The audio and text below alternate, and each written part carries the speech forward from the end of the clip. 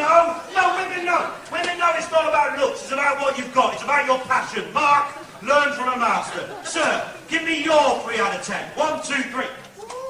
You see? You didn't even woo, Mark. You didn't even woo. Sir, what's your name? Gareth. Gareth, show me your 6 out of 10, Gareth. Your 6 out of 10. Here we go. 1, 2, 3.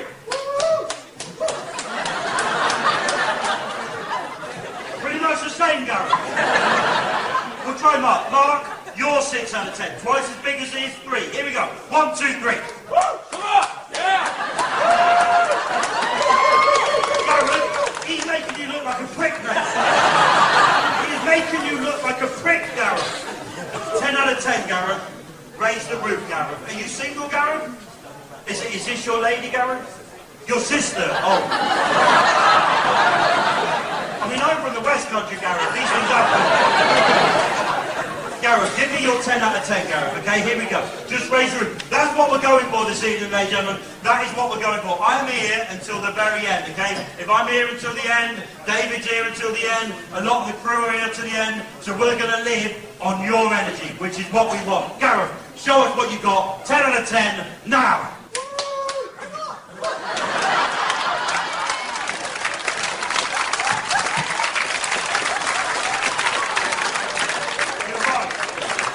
You're right. It was adorable. If we wanted a show where the audience was shown injured kittens or small dogs with learning difficulties, Gareth, that's the noise we would want. Look at how cute that cat is. Gareth, we don't want that, Gareth. We want energy, Gareth.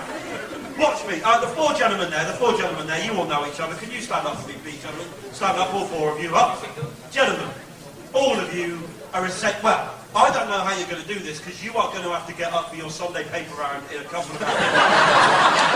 You look so fucking young. But gentlemen, what we're going to do now, you're going to show the crowd what we're going to do for the next couple of hours, okay? Give me a 3 out of 10 applause. Go. See? Now, the 3 out of 10 as an audience, that is what you would want as your default. We do not want that as your default tonight. Our default is the 6. Gentlemen, show me your 6. 1, 2, 3.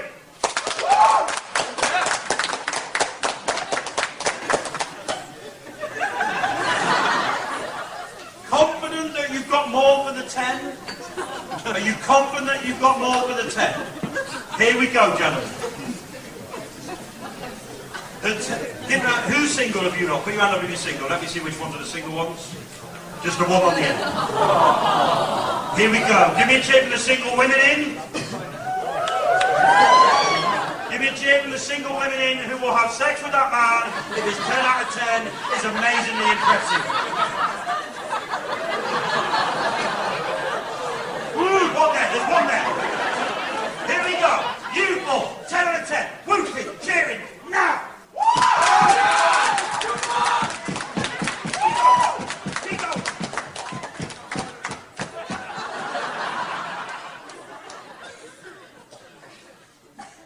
What I think is going to happen, ladies and gentlemen, is that we are going to have to do this together. Give me a cheer if you live in London.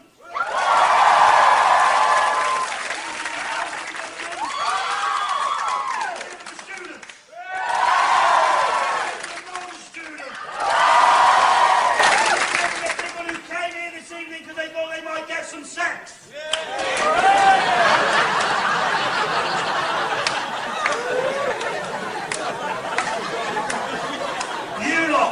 You lot are such a massive part of this evening. You really, really are. We talked about David being here all evening. We talked about him being here for 24 hours.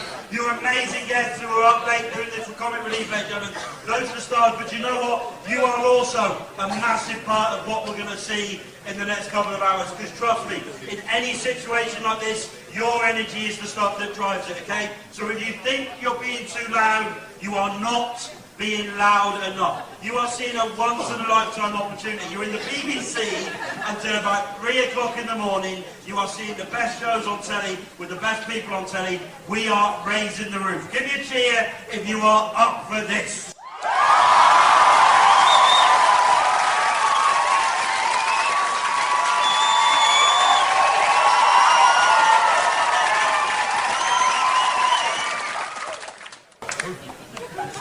just to let you know, this whole thing has been a massive sham.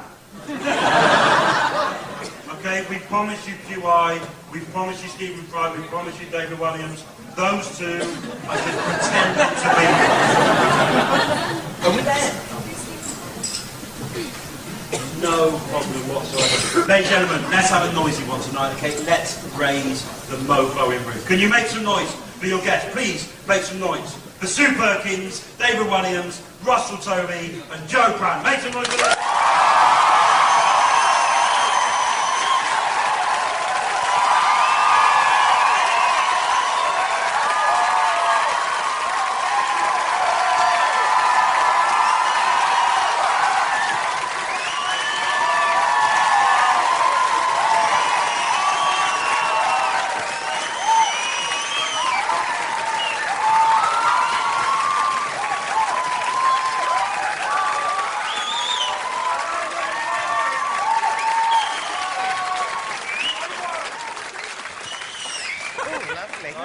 What a wonderful audience.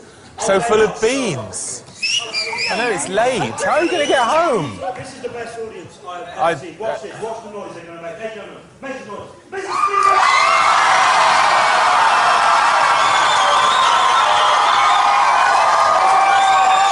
Very nice.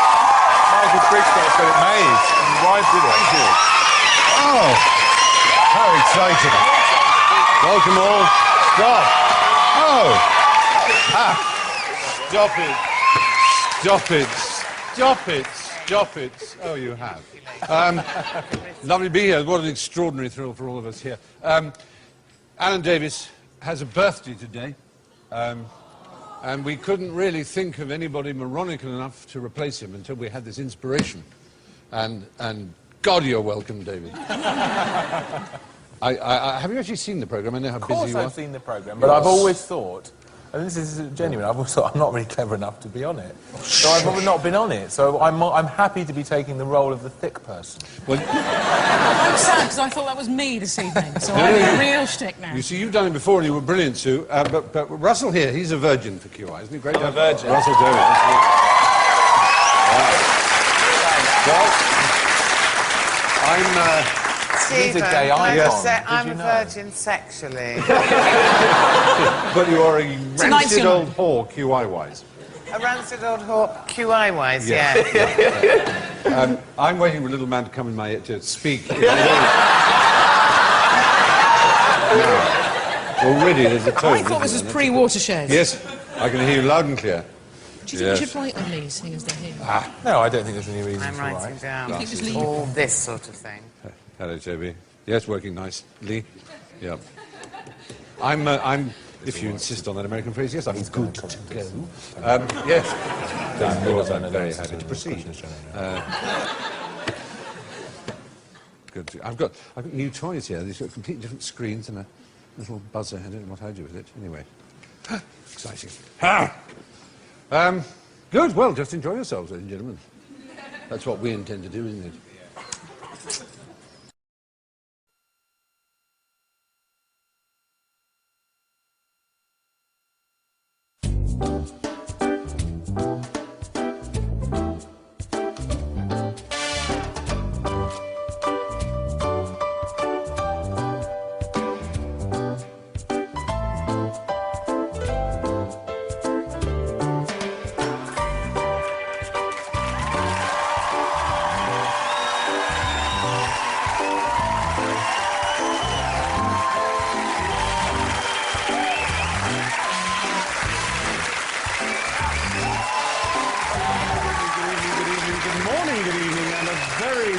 Welcome to QI, where tonight we're against the clock and staying up well past our bedtimes on 24-hour panel people.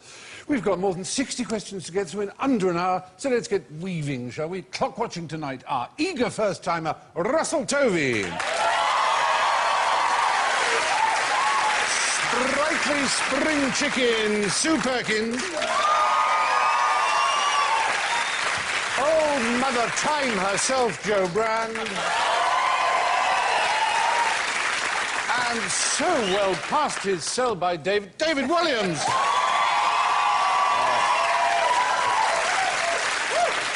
And to help them keep track of the time, each guest has a speaking clock. Let's hear them. Russell goes, press your button. Press the button. Splendid. Sue goes. Thank you. Joe goes.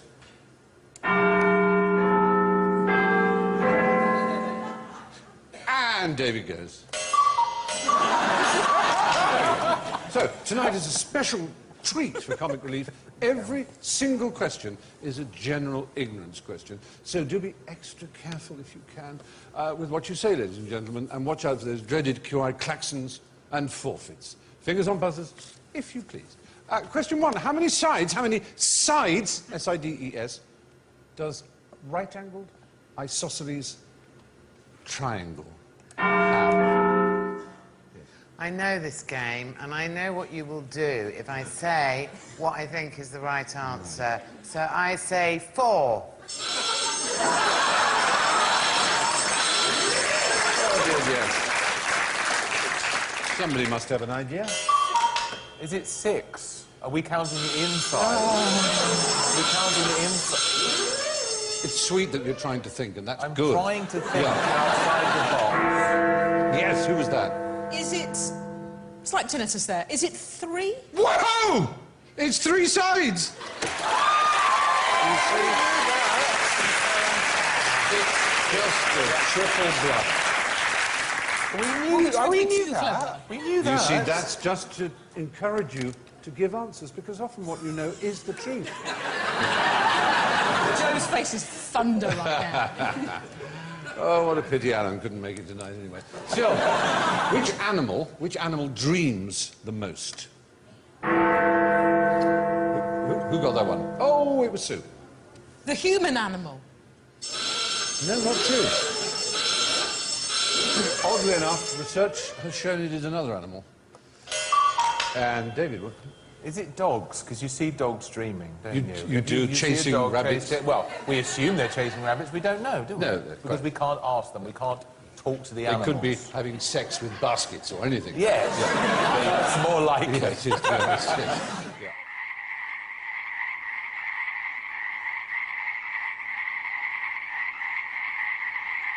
I can tell you it is a mammal, not a fish or a bird. Russell. A pig? Not a pig. Good answer, though. Is it a duck-billed platypus? Bloody well is. No, it isn't. Yes, it is. No. Yes. Very good. Sorry? Say again? Are you really? Yes, it really, really is. It really is. And it's only in the last few years that scientists have discovered that duck-billed platypuses So I don't even know I'm a genius, do I? You're what's called a natural talent. Am I? As What well does as it a dream of? rancid old whore. We don't know what they dream of, unfortunately, because we've yet to develop a system of communication with them. When they first were found, they were, of course, thought to be hoaxes, because they have a duck bill and no nipples, but they did suckle their young, they're mammals, and they just seemed like hoaxes, and there had been hoaxes. Do you know what the big hoaxes were? Animal hoaxes of the... Piers Morgan. Some people still believe that. Only He's he a real were person, hoax. but he can't be. It's got to be someone as a character, isn't it? A comedy character. Actually, mermaids. The Chinese did rather a brisk trade in dressing up dead chimpanzees and putting fish scales on their That's a nether very regions. hairy mermaid, isn't it? We've all done that. One time in our lives, haven't we? All right. How many legs does a spider have? Oh, who's going to say it? Someone in the audience tried. Yes. Thank you, David. None. After you finished it. Because sometimes if you find them in the bath and they scare you, sometimes take off their legs and sometimes they So your spiders... I'm the spider I knew. Joe? I was going to say, the way you put that, you sometimes take off their legs, makes you sound not like a psychopath. Which actually is what psychopaths do, isn't it? Because early on in their career, they torture animals and then they move on to humans. But only sometimes. No, all the time. Why have you done it? Well, only sometimes. As flies to wanton boys to the gods are we, they kill us for their sport. Yes, I thought I'd drag a bit of proper literature in there just for a moment. Are spiders insects? They are arachnids. They're arachnids. And arachnids have... 8 legs. They have 8 legs, don't they? Yes. They have 8 legs? I was So thinking- easy. Come up and say it. I think I'm going to be tricked, though. They have 8 legs, the arachnids. They're hydraulically powered. The blood pushes into the leg and causes them to spring up to about 25 times their own height. Especially when they see David, the leg puller off. What's the difference between an arachnid and an insect, then? How is it Insects have defined? 6 legs. Oh, right, OK. All insects? Yes. It's one of the defining characteristics of an insect. You see, we learn here, don't we? We do learn. What else is an arachnid apart from a spider, then? I'm not sure I want you back again. Some sort of crab? A crab. Hello? A scorpion. Scorpion. A scorpion. Brilliant. Does it have 8 5 legs? points to that annoyingly clever man in the audience. No, quite right. Very good. Scorpion. Yeah, scorpions are right. Scorpions, good. Yeah, we like that, don't we? Good to know. What would you do to a scorpion if you found it in your book? Would you play with it a bit and then just take one of its horns off? It's just the tail bit at the end that stings you, isn't it? Yeah. Would you That's take the only yeah. bit to worry about, isn't it? Oh! That's a scampion. Yes. Now, how many legs does a centipede have? Yes, Sue? 100 legs.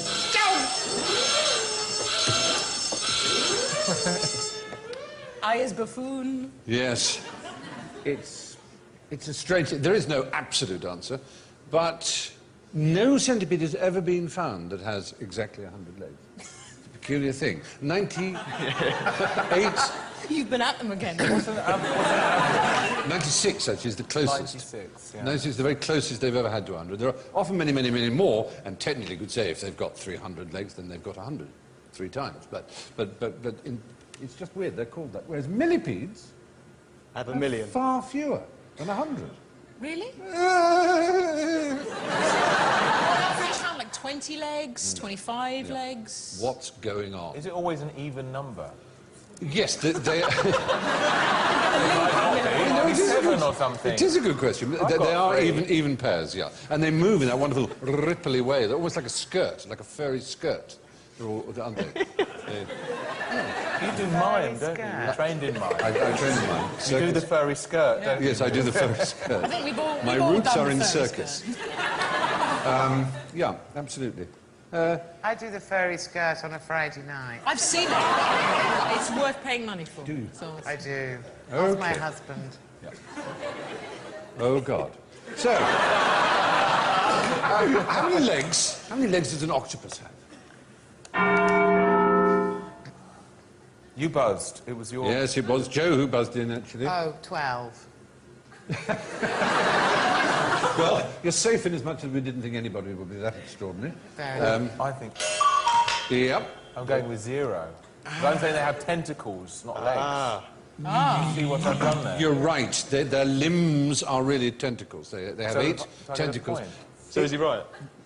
Kind of, yeah. I mean, he'll get points somewhere along the line. Oh, that's very kind of you. The point is they use 2 for ambulation, which you might call a leg-like function of a limb, moving themselves along the ground, and they use the other 4 for the business of food and sex and Grabbing and picking bartering. pockets and so on. Yeah, very intelligent animals, as you know. They can unscrew lids and. Is things it like always the same ones, or do they alternate them for a bit of a change?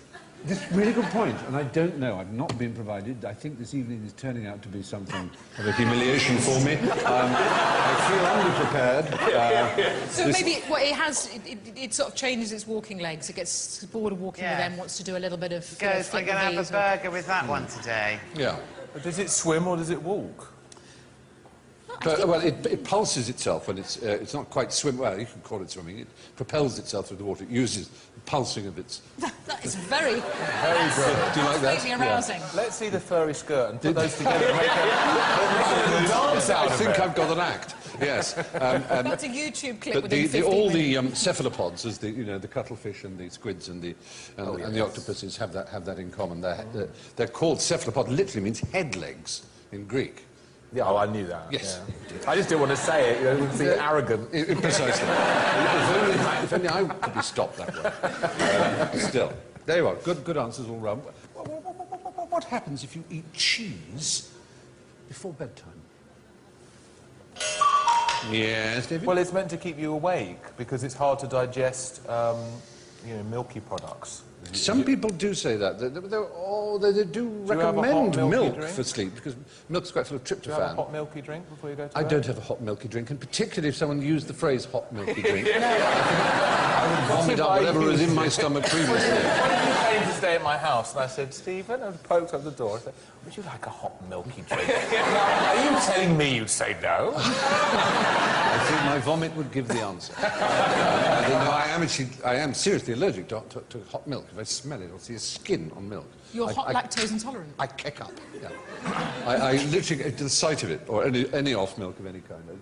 But you can drink cold milk, normal milk. Fine, yeah. And I don't mind steamed milk, as long as it hasn't boiled and gone into that So you don't strange mind state. a lightly frothed... Temperature. No, like what temperature can you go up to? I'd like to know the precise temperature. Because if you do stay at my house and I do offer you a hot milky drink, which is likely to happen, I want to know how hot I can go with the milk. We've all wanted to know that about you, David. A tepid milky drink. A tepid milky drink is fine. Temperature. Mixed with Room little temperature, is little that okay? arrowroot, yes, or something like that. Room temperature? Room temperature would be fine, or it could be warmer than that. I warmed the milk with my hands. I could say... On my thighs. If I put the milk between my thighs. You could teabag it. I believe, I don't know how I know that. I've been leafing through Urban Dictionary just too long, anyway. A milky tea bag. Yeah. No, there's something else people think that cheese may be responsible for more than any other food. Yeah, it gives you nightmares, right? Dreaming nightmares, yes. Well, oddly enough, the cheese board, the people who are responsible for bigging up cheese in our country, decided that this was a slur they didn't want on their great food stuff, and they conducted some researches and found that actually there was no indication whatsoever that people dreamt more after having had cheese at all. What if you give a duck-billed platypus cheese? Wow. Because they have milk, didn't they? Because they're mammals. Yeah. But they're egg-laying mammals. Dream crazy, Stephen. They're nipless mammals, so they don't really have milk. Oh, but they You're saying suckle. that they suckle? Oh, they suckle, but they don't So have... where do they suckle from? Oh, I don't know. They're the fruits Sainsbury's, probably. Probably from Sainsbury's. I got in real trouble for telling a joke about Sainsbury's, which will be cut out of this, you can be sure. You know what's so good about Sainsbury's? It keeps the scum out of Waitrose. Anyway.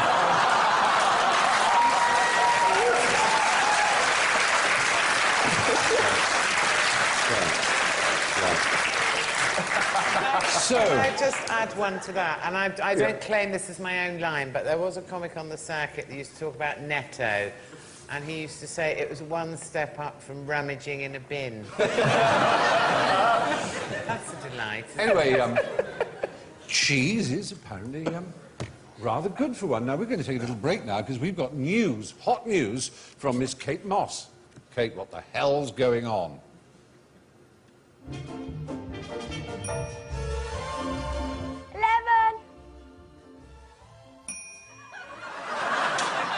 She's loving Sesame Street.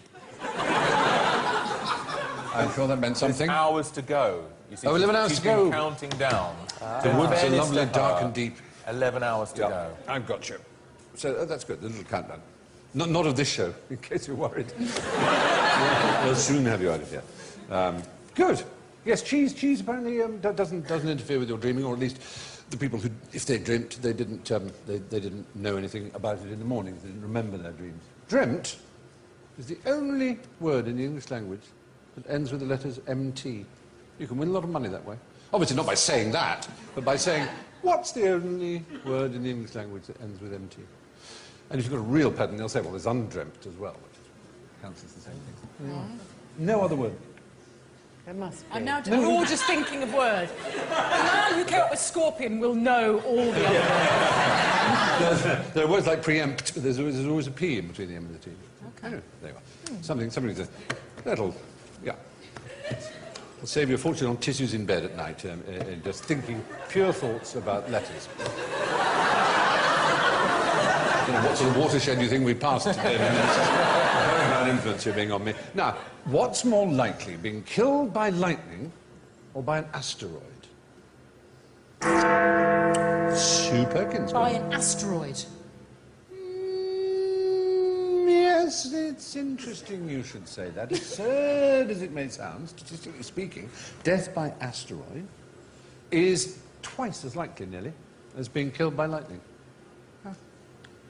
I mean, I'm not aware of asteroids falling on frequently on this Earth. Well, like meteors, that's a meteor, right? Yes. But don't something like 20 meteors a year fall on planet Earth somewhere? Little ones. Lots of little ones do, yes. I mean, some of them burn up in the atmosphere. In fact, they just sort of turn a little bit of... So how many like people? salt. How many people die by asteroids? Excuse me. And Back are in a you moment. insured? No If one's you say actually it's died. death by asteroid, will an insurance company pay up? Or is it an act It's of act God? of God, yeah. Yeah. These, well,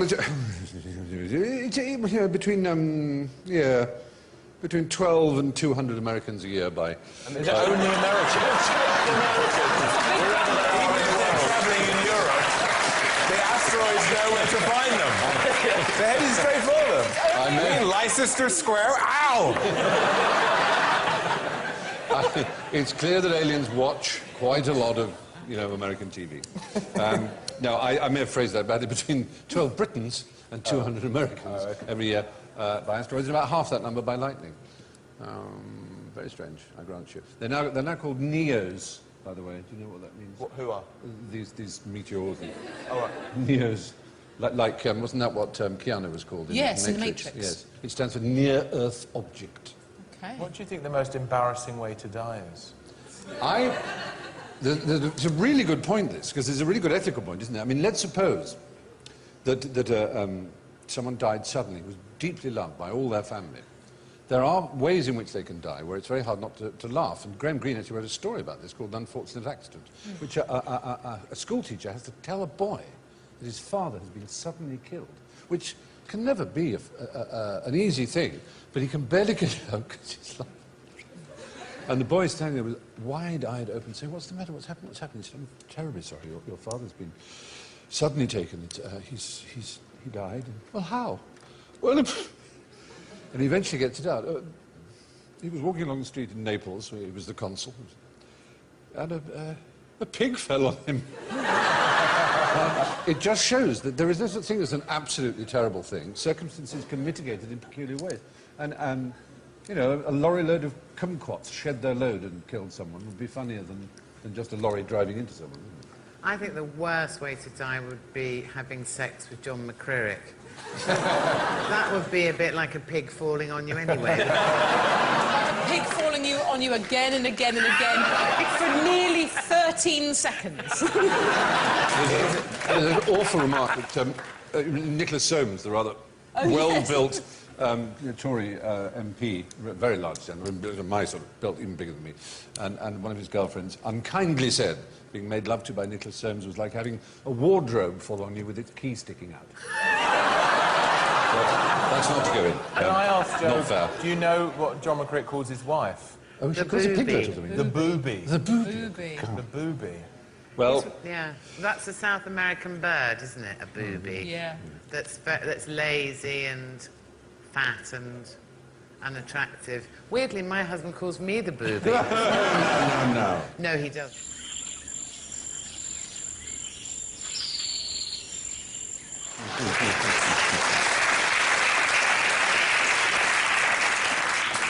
Well, now, nice easy one then. What is the capital of France? Joe got it. It's Paris.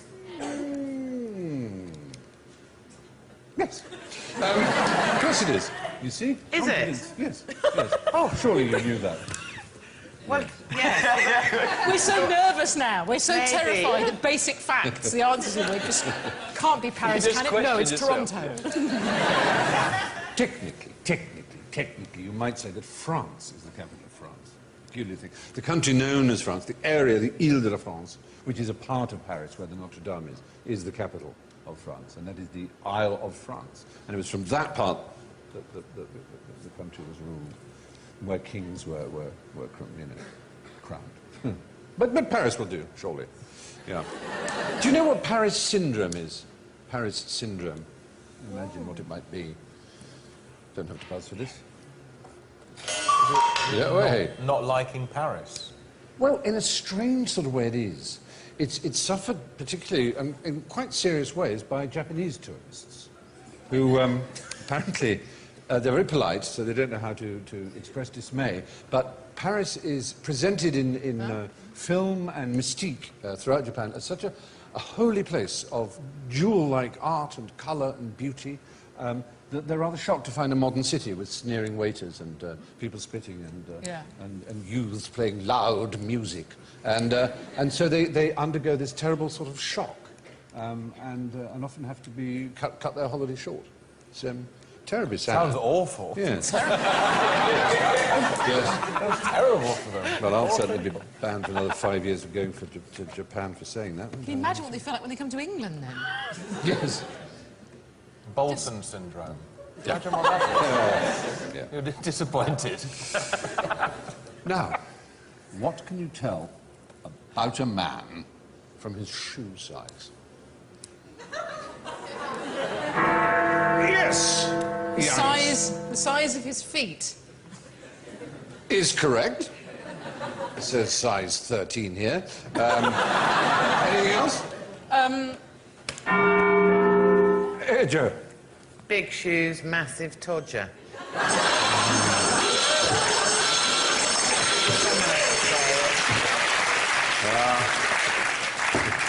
I take a neumain, as they say in Greece. Would that it were.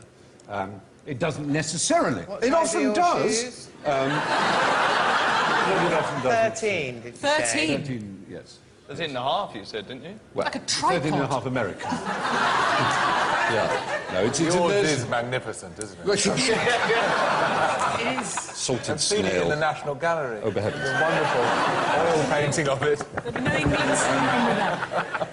Of course, there have been academics, because there always will be, who have made those comparisons. They've gone in there and done the work. They made University College Hospital in London, as august a body as them. They say that's the length of it, don't they? That tip of there to the base of there, when it's aroused, is meant to be... It's supposed to get aroused? This area. I've been looking at the wrong pictures. No. I've done a lot of Apparently that research is in this it, area. Yes. Valuable Everyone's research. measuring No, I think that there aren't any indications, are there? No, there aren't. Just a smile on someone's face. Or the limp on another's.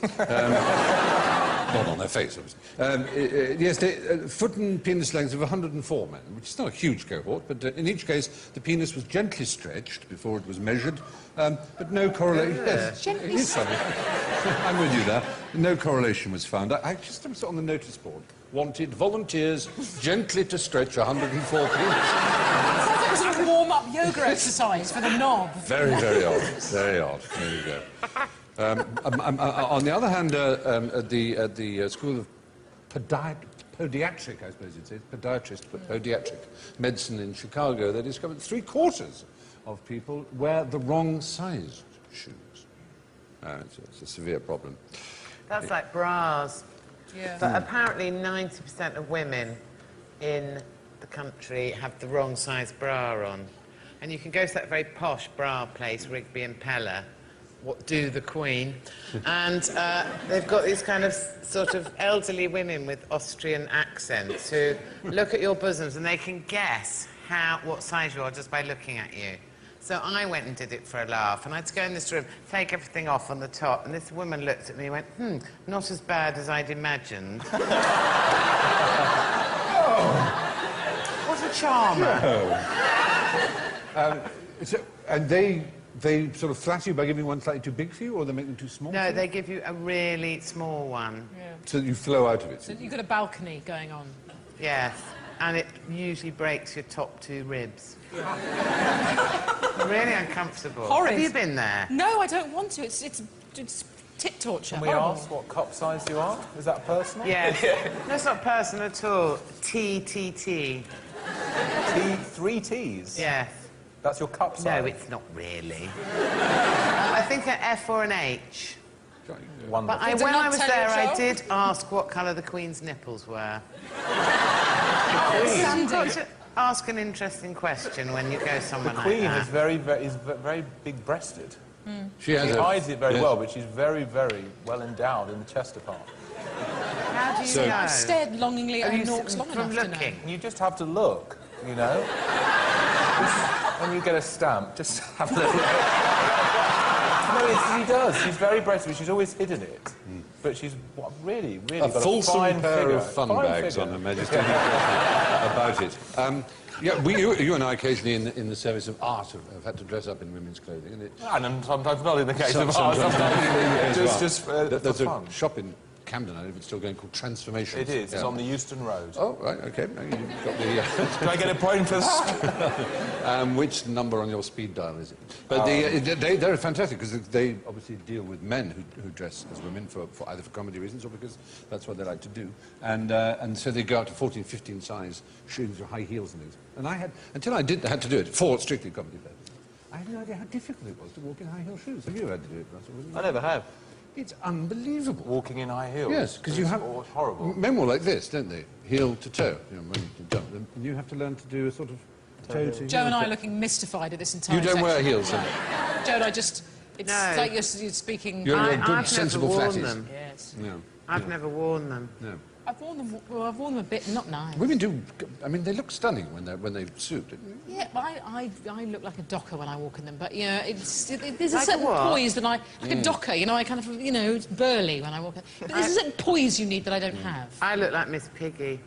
You know how the way she sort of goes down like that, with a little point at the bottom. Little trotter point. I do. I look like I've Stop got selling trotters. yourself short, you beautiful No, thing. my husband likes trotters, so that's all right. Don't forget, I'm a little cracker. What? They make your calves look like upturned bottles of champagne. They tilt your womb, apparently. Oh, yeah, yeah. And that. Tell me about it. Your cervix has never been the same. I've never seen you dressed as a woman. Oh, it was years ago, Fine What, Laurie. is and it things. Fine Laurie? Yes, here and there. Oh, yes, I remember. Yeah, but mainly an old lady you dressed Oh, yes, yes. I never saw you as a sort of tarty young lady. I never really dressed as a young man either, I'm afraid. I was born at the age of 50. Anyway, away from rude subjects, what drives human sperm wild? Oh, dear. Anyway, what does? Something does. Something drives human sperm wild. Yes, Joe. Is this a drop of battery acid injected into the testicle? It might do something to it, but this is a positive thing. I'd like to do that to Peter Stringfellow.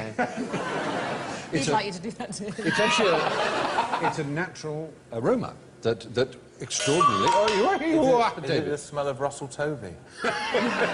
Because you are, I've done a survey of gay men, you are a very big pin-up. I'd say you're the #1 gay pin-up in the UK after Stephen Fry. Well, he deserves to be.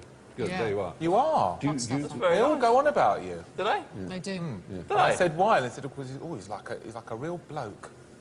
That's what they said. Yeah, I am. What's it like? Is it nice? What, being a real bloke? No, being a gay art. David would love to know.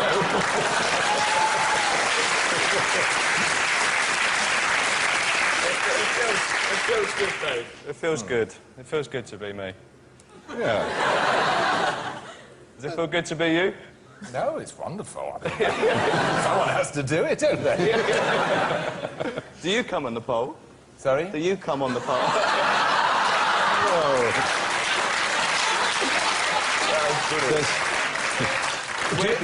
Does your name figure on this pole, as opposed to pole dancing? Pole? Which pole? The pole of the top sexy... Sexy No. man. Oh, come No, on, David. I'm not. I'm not. I don't Who think was so. top? Well, I've been. I'm a sort of icon for Dutch lesbians. I was given an award Seriously? by Dutch lesbians for inspiration because I've inspired them over the years. Good. Have you got such an award? No. I suppose they give out a lot of awards, Dutch lesbians. Well, they gave me one. Yeah, no. Metaphorically, of course. I got an do have a award lot from of the dykes Dutch in- lesbians. I got an award from the Dutch lesbians. The heterosexual that more people than anywhere think is a lesbian. Because I'm married, but I still get people saying to me, hideous old dyke. Oh, stop it. Not hideous, all right then. Cracking old dyke, whatever. But old dyke always features in it. I won't have... By the end of this programme, you'll be feeling better about yourself, Joe. Now, we have a little, because the reason we're all I'm gathered... planning to get off with Russell Tovey. That'll make me feel better. It'll make me feel better as well. And then we'll find out what drives sperm wild.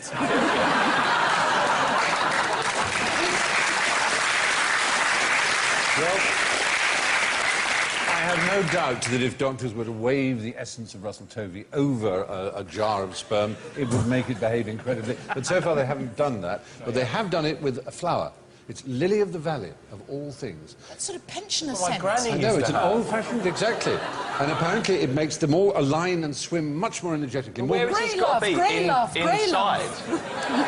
It can be still alive in a jar, and you can sort of see it under a microscope. It all realigns itself and goes So, absolutely you know, crazy. so Thora Hurd by a jar of sperm. Yes. They'd be jumping like salmon upstream, desperate. Dolphins. Who knew? There you are. Now listen, we must remember the reason why we're all gathered here, of course. It's to raise money for comic relief. And it's work. I'd love you at home to text in if you can. I've recently been ruminating on this very subject. And if you agree with me, do be a darling and text a fiver. What does Red Nose Day mean to me? Well, it means a whole chunk of my life. I was very, very young when it started, and I'm now very, very old. So over the last 20 years, I have been involved in smallish ways, slightly larger ways, sometimes quite big ways, with the extraordinary work that Red Nose Day and Comic Relief have done, with the money that has provided hope, some kind of joy, some kind of possibility of a future life to millions and millions of people in Africa and here in the UK. People with all kinds of problems, all of which I think are really important for us to help with. Most of us watching are very, very lucky. I do believe that the glory of Red Nose Day is how everybody contributes, and that includes you. Please give what you can. Text fiver to 70005. Text costs £5 plus your standard network message charge, and the whole £5 goes to Comic Relief. You must be 16 or over, and you must ask the bill payer's permission. For full terms and conditions and more information, go to bbc.co.uk/Red Nose Day. Thank you. Well, there we go. It's very, very simple to give money these days, and it would be simply marvellous if you could do so in the course of this bizarre marathon. So, to return to our mouton, what is the hokey cokey? Yes, David? It's a dance, Stephen. It is. Do you know anything more about it? Well, you put your left foot in Tell me more. and your left foot out, Nice. and you go in, out, and then you shake it all about, and then you do the hokey cokey, and then you turn around. about. That's what it's all about. Couldn't have given an answer better, could they? We were wondering if you might have been aware of some theories people have about the hokey cokey. Is it the devil's work? Well, not quite the devil's work, no. But it was thought by some, and I believe this is in fact erroneous, to have been a Protestant anti-Catholic thing. It was making mock of the Mass, because there are certain phrases in the Mass which sound, don't really sound like hokey cokey, but the hokey cokey, it's a bit like, you know, hocus pocus, it's that kind of thing. And there's, it's supposed to be a corruption of the Latin phrase, hoc est enim corpus meum, for this is my body, in Latin. It's not very convincing, is it? Well, I'd quite like to see a lot of old people singing the Latin in an old people's turn. When does this date back from? When there was problems with Protestant Catholics and Well, any time in the past 600 years would do that, really, wouldn't it? This was a Reformation dance. Tudor dynasty? Well, this is the problem with all these things. You see, it's very hard to know when it's first referred to. There were the Gordon riots in the late 18th century when the massive public opinion against the Catholics rose up. Not against Gordon. All Gordons rose against No, there were no... People call Gordon. We don't like being called Gordon. We're having a riot. It doesn't work for us.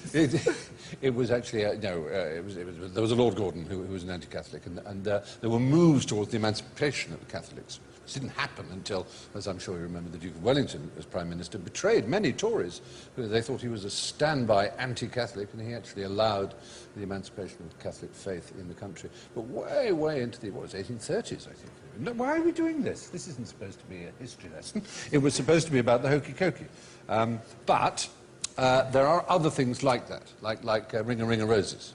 And what's that about? Is that about the plague? Well, no, you see, it isn't. It's one of those things you can almost guarantee when someone tells you, do you know why this came about? It's because of the plague and the Ring a Ring of Roses. It's all nonsense. A, you don't sneeze when you get the bubonic plague. And, you know, it's just nothing about it, and it's much later than the plague, the song. It's about man flu. Much more convincing. Yeah. Anyway, you didn't know that, but you gave a very good definition of the hokey-cokey, and we're very grateful. At what temperature does water freeze?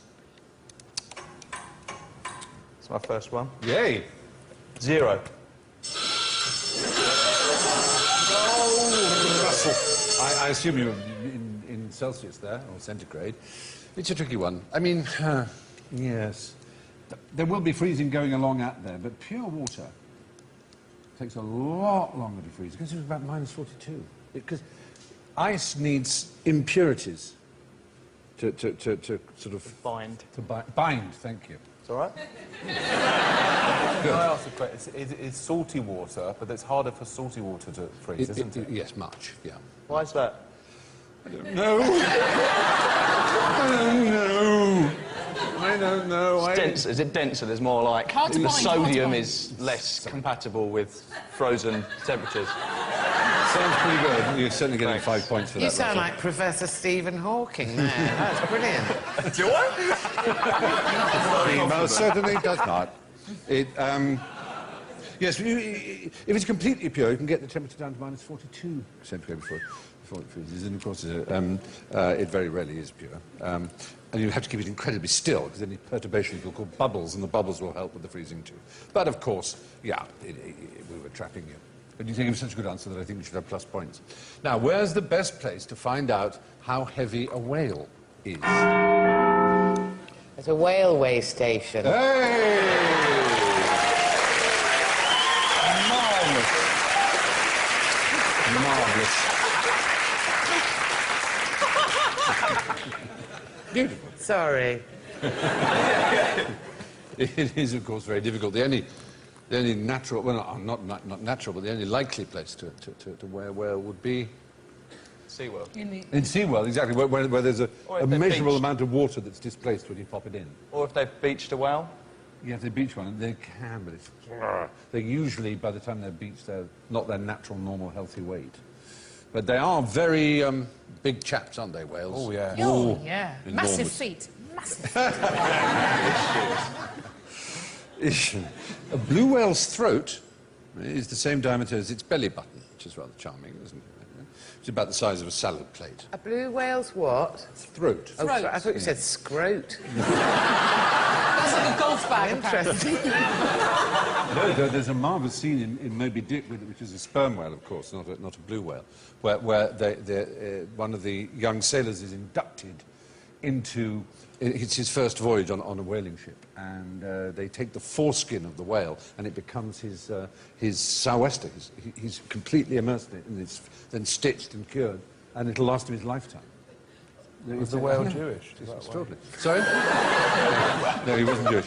And just for a quick 5 points, what was the name of the first mate aboard the Pequod who loved coffee in Moby Dick, the novel? The first mate? Aboard the ship, the Pequod. He loved coffee. I don't know. Anyone in the audience? Oh. They're so much brighter than Starbucks. you. Yes, that's why the coffee chain took the name Starbucks. And the logo's like a mermaid, isn't it? A merman. Yes, it has a little Yeah. thing, doesn't it? And Captain Nero. as well, obviously. Possibly the Emperor Nero or Captain Nemo, but any mixture of those that makes you happy. Who's Costa? Yeah, Costa's It's a serious question. Well, I think they come from Costa Rica. Oh, okay. I think that's... Good to know. Herman Melville was obsessed with writing about chain coffee stores. Obsessed with it. But the point, I raised the blue whale, so it's surprisingly small.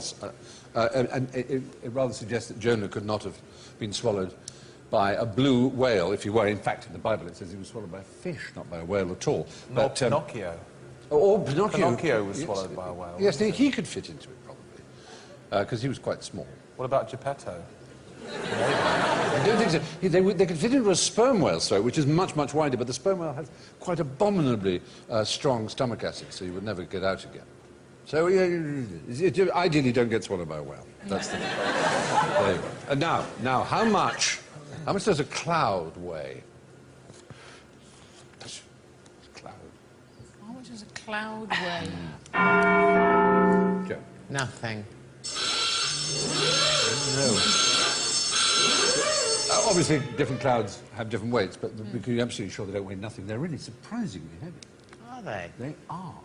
Filled with particles. How much does that one weigh? Okay. All right. A medium-sized cumulus is about as much as 100 elephants. Wow. Yeah. Or 100 blue whales' tongues, which are the same as elephants. Why don't they fall down? Because they're being blown by the wind, Steve. Now, the cloud's weight is spread out over a huge surface area, and the water droplets and crystals are absolutely microscopic, and so they are about 100,000th of an inch across. Floating. So the warm air Can I rising. ask you a just keeps question them- that you might not know the answer to, Oh, but I'm I've always certain. wanted to know, why do you get turbulence when you're in a plane going through the clouds? Clear air turbulence is more common than cloud turbulence, actually. And about heat, isn't it about... Yes, it's about the pocket, it's about pockets the air. of hot It's like a air. thermal. That are rising, the thermals are rising. Yeah, they call it clear air turbulence. You That's don't what really birds get it fly on. through. Well, you do when You you're sometimes landing. get- As you yeah. go down through the clouds, you But that's not always the real get it, don't bouncy you? one at sort of 49,000 feet where you're really... No, I got hysterical once on a plane, and I actually got slapped by the stewardess. It was like being in an airplane. It was brilliant. There was almost a queue waiting to slap me. I just started screaming. I was quite pissed, and I stood up, and I went, "We're all going to die," like really screamed it. And she just came up and went whack, and it was really hard. But it did stop me, so it worked. So I don't like flying much. Remind me never to fly that. This is before you've taken off. But I have been on a Don't Be Scared of Flying course now, so I'm a bit better than I was. It was, What airline was it? It was... it helped? It did help, actually, because there's an old lady in the toilets handing out Valium for free. Illegally, it's That'll do it. marvellous.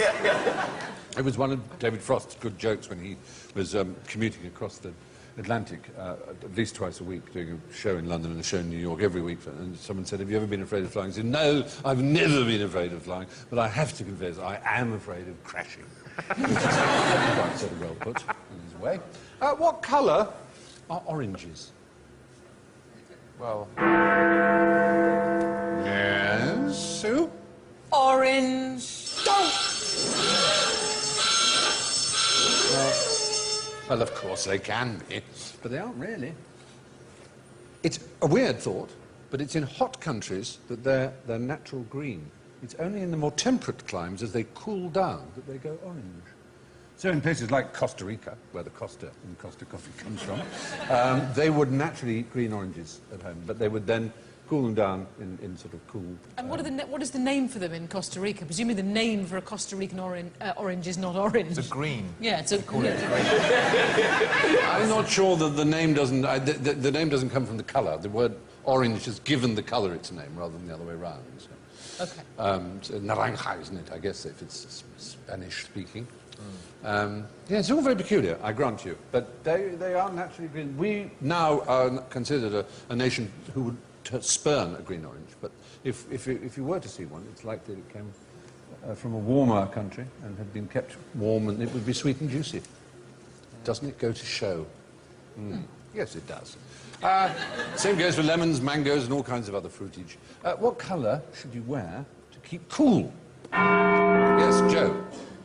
White. I knew as I was saying that it was wrong. Purple. Is it black? Yes, black. It's a not small black. shading. Yes, it's a small shading thing. I'll take you through it because I know you care. All right. Okay. As long as you do the furry skirt while you're doing it. I have to find my card because I don't know this off by heart, but it is interesting. We're all told at school that white, reflects sunlight, and that is true. And black absorbs it. But it's also true that locals in a lot of hot countries wear dark clothes because they're effective. They have two thermal processes happening at once. Heat is coming downwards from the sun. It's also coming outwards from the body. And light clothes are better at reflecting the sun's heat, but they're much worse at losing your own body heat. So if you wear darker clothes, you radiate your own body heat out more, and that gives you a tiny edge over white clothes. It's not much, but it does make you cooler throughout the day in dark clothes. So, there you are. Thank you. Yes, it was a moving moment. We were all glad we were here. What colour was Frankenstein? Yes. Pink. Yes. What? Yes. Was it? Damn. Yes. I thought it was green. No, his monster. In Costa Rica, he's green. Oh, yeah. Oh, well done. What's the difference between the monster and... The creature, yes, Victor Frankenstein was the guy who actually did it, but it's very common. As a child, I always did. I thought Frankenstein was the name of usually the Boris Karloff green. But in the book by... Mary Shelley. Well, yes. You said that with Mary Shelley. Yes, he's described as having a rather yellowish countenance. He was going to be dead. He's brought back to life. Yeah. In fact, it's quite a good description. Well, he doesn't have a square head in the book either, does he? No, nor the bolts or That's anything. the sort of Hollywood... His yellow skin scarcely covered the work of muscles and arteries beneath. His hair was of a lustrous black and flowing, his teeth of a pearly whiteness. She also mentioned he had black lips. There we are. Now, what colour would, still with films, was Dorothy's shoes You know what in colour the they wonderful were. Wizard of Oz? OK, it's only in the film script that they're ruby slippers. Yes. In the book, they're not. Are they red? Oh, no, that's very unfair to say points away from you because you're completely correct that, in fact, yeah, It's in the film script, you can even see in the script that they crossed out. Well, in the book, they're silver. Oh, right. And Wizard of Oz, the one we all know, that classic MGM movie, was the second Technicolor movie ever made, and for full feature. And the red was really easy; it sang out. But the Yellow Brick Road, when they built that, it took forever because it was constantly going green and looking wrong, and they were having to reshoot it and repaint it and respray it and things like that. And so the ruby slippers were born for the film version, but in fact, yeah, it was silver, which would have been dull because they're used to 20 years of black and white where everything was white and silver. Yeah. Good. Well done. Well done. So they were silver, that's what the answer is? Yes. Yes. Yeah. In the book. Good. Yes. Which was by? Mary Shelley. If only life were that easy. Frank Oz. No, not Frank Oz. It's I've been Very knowing for a likely. long time. What's his name? Oz? No. Oh, I'm completely confused. L. Frank Barnes. Yes. Ah, yeah. L. Frank. And there's a lot of Oz books. There's about 10 Oz books. Oh, yes, aren't there? we- He wrote loads and loads of them. He did indeed, yeah, yeah. His name means tree, of course, in German. Baum, yes. So, now, spell hiccup. Joe. H-I-C-C-O-U-G-H.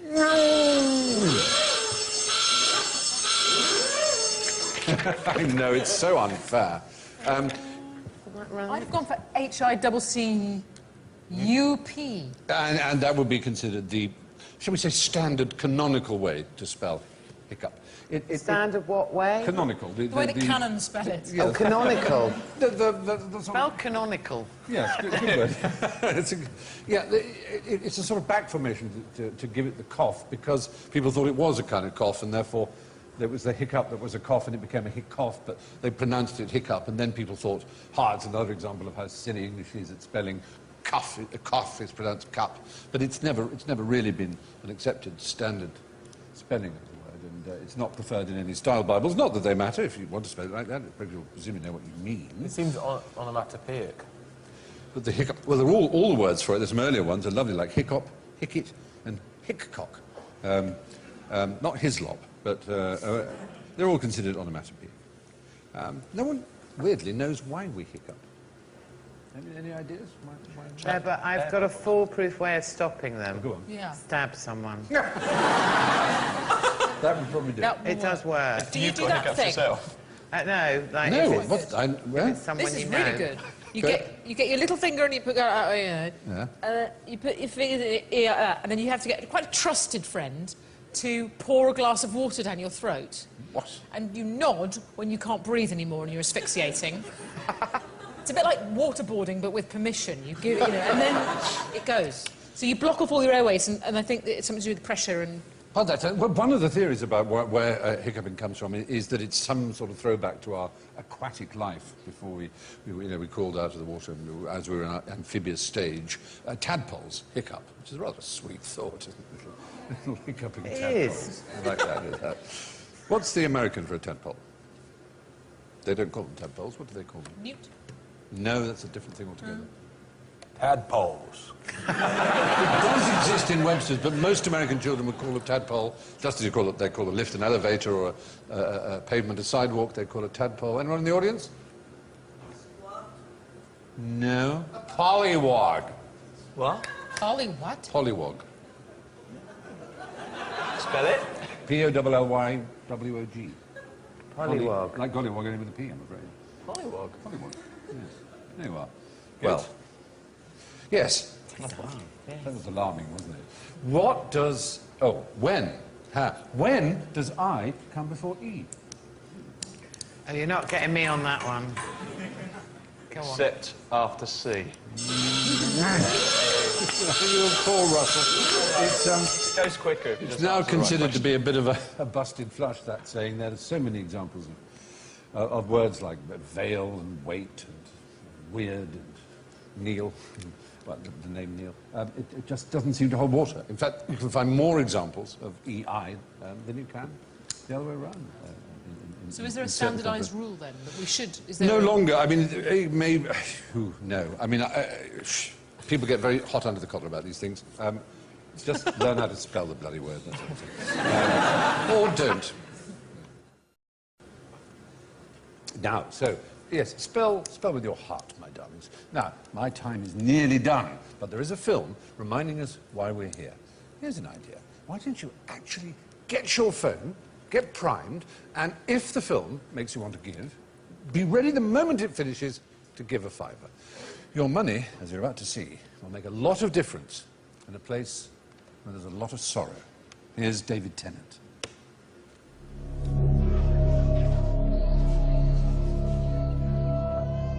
This hospital, like so many in Uganda, is overrun with sick children and frightened parents. As far as I understand it, these are the kids who just turned up. They queue up to get seen by the doctors. It looks like a special emergency, an epidemic, but it's actually like this every day here. So what symptoms has she been displaying? Convulsions, high blood fever and convulsions. And what might that be the cause of that? The most common cause of that is malaria. Malaria. I've got the chart sheet here. This tells me who's here and why. So over here we've got Peace. She's 3, suffering from malaria. In this corner here we've got Azwena, 2, suffering from malaria.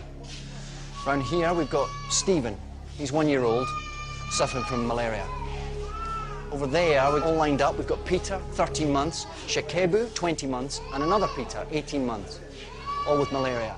And then down here we've got Gracious. He's 10. He's got diabetes, caused by malaria. The problem in Uganda is so overwhelming that every 5 minutes a mother will lose her child to this mosquito-borne disease. And more children are arriving all the time. It just doesn't stop. It's like a tidal wave. A fiver buys a mosquito net. A fiver. 25 quid, we buy 5. We can sort out this whole section. The majority of people who watch Red Nose Day don't donate any money. That's shocking. Is that you? Are you the person who's sitting there and thinking, I'll do it later? Don't be that person. Please don't be that person, because look, the stuff that your money can change. It's been quite a shock to be here today. It's so important. Please, don't be the person who sits there and doesn't bother. Don't be that person. Thank you. Help Comic Relief help them. Text Fiver to 70005. Text costs £5 plus your standard network message charge, and the whole £5 goes to Comic Relief. You must be 16 or over, and you must ask the bill payer's permission. For full terms and conditions and more information, go to bbc.co.uk/Red Nose Day. Thank you. Well, we're out of time, which means it's time for the scores. In last place, with an astonishing -41, Joe Brand. And, well, a little better. With -20, it's Sue Perkins. But look how well our newcomers have done. In second place on his first appearance, Russell Tovey, -15. Which can only mean that the boy with an apple today is teacher's pet, the marathon man himself, David Williams, with -3.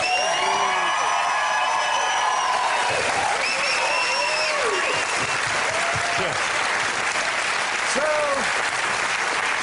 that's it from QI. It's good night from Russell, Joe, Sue, David and me, and we leave you with this thought from Ray Cummings. Time is what keeps happening from... Oh, sorry.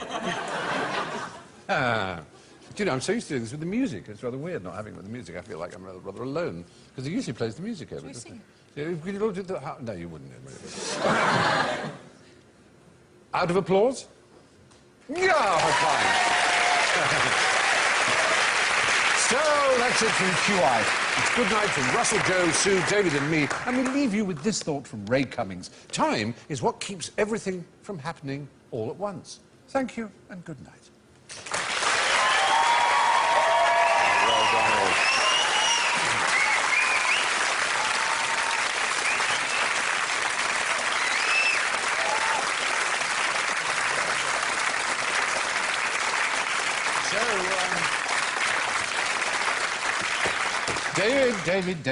David, where are you off to next? Well, they think it's all over, and it's not, unfortunately. There's another 10 hours to go. Please welcome Nick Hancock.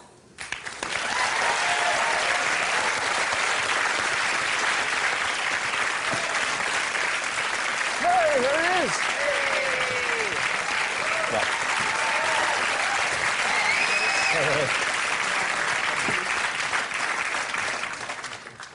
How are you? Let's see you. Hello. David, How are you? Excellent, very, very good. Thank you. Excellent. I think we have, they're calling a little man in my ear. 2 pickups, apparently. Pickups. Yes. Say on.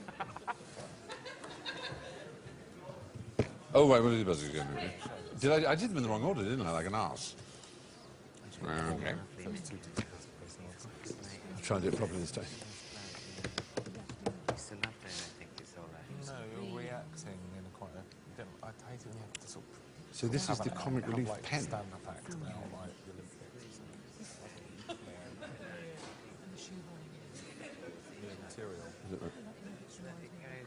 Does it become a nose as well? Is that the idea? I'm going to break it, aren't I? Is this a nose as well, or just a pen? I think it's a pen, yes. It's just a pen. You may find another use for it. Stop it. It's... I was at... If someone's called Ryman, if their name was Eve, it would be rather nice, because then it would be Everyman.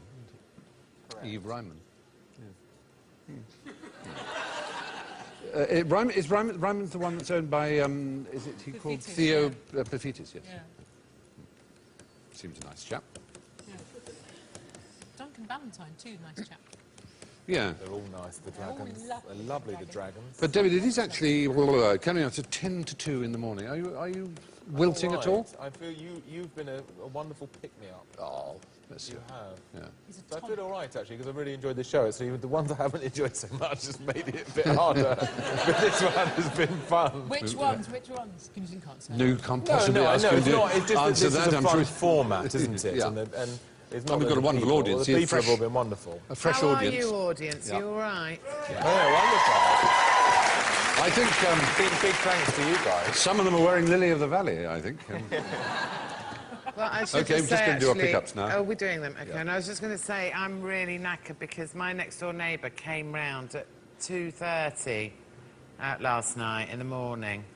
And it was lucky I was up playing the drums, really. Or else... Right. Just going to pick up on the buzzers. I apparently did something wrong. So, yeah.